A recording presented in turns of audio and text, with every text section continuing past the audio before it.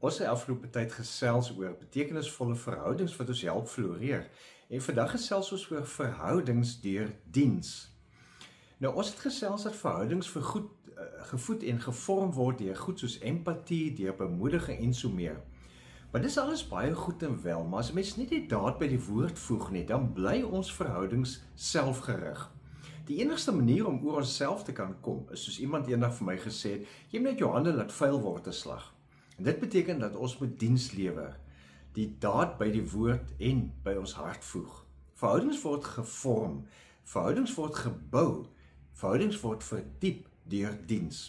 Nou navorsing in positiewe sielkunde wys vir ons daarop dat diens nie net die ontvanger van jou hulp help nie. Dit bevorder ook jou eie, jouself se florering. Volgens die navorser Post ervaar mense wat gereeld ander mense help veel hoër vlakke van geluk. Hulle beleef baie laer lewensstres en selfs verbeterde gesondheid. Nou jy beleef in daardie oomblik wat jy iemand anders help, dikwels 'n sogenaamde helpers high, 'n goed voel oomblik.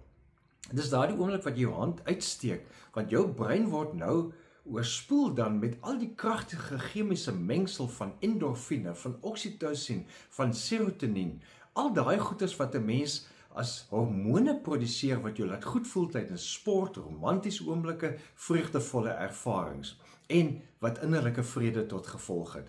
Daarom praat mense van hierdie unieke hoog wat jy ervaar wanneer jy goed doen. Ek dink die Samaritaan, van wie Jesus die gelykenis verstaan, sou die wetenskap van diens nie verstaan het nie, maar hy die beginsel van diens en verhoudings wel verstaan. En Jesus wil daardie beginsel van diens ook aan vreemdelinge en vyande neerlê, toe hy vertel van die man wat deur rowers aangerand en halfdood daar gelaat is. Ons lees in Lukas 10 vers 33 tot 34. Maar 'n Samaritaan wat op reis was, het op hom afgekom en toe hy hom sien, het hy hom innig jammer gekry. Hy het na hom toe gegaan, sy wonde met olie en wyn behandel en hulle verbind. En toe het hy hom op sy rydier gehelp en hom na 'n herberg toe geneem en hom daar verder versorg. Dis eintlik 'n vreemde gedrag, want Jesus demonstreer dit juis deur 'n Samaritaan met wie die Israeliete nie altyd so goed bevriend was nie. Nou kom ons bevorder ook verhoudings deur diens en op die ou en floreer ons self ook in die proses danksy God se liefde vir ons, die heeft geïnspireerd.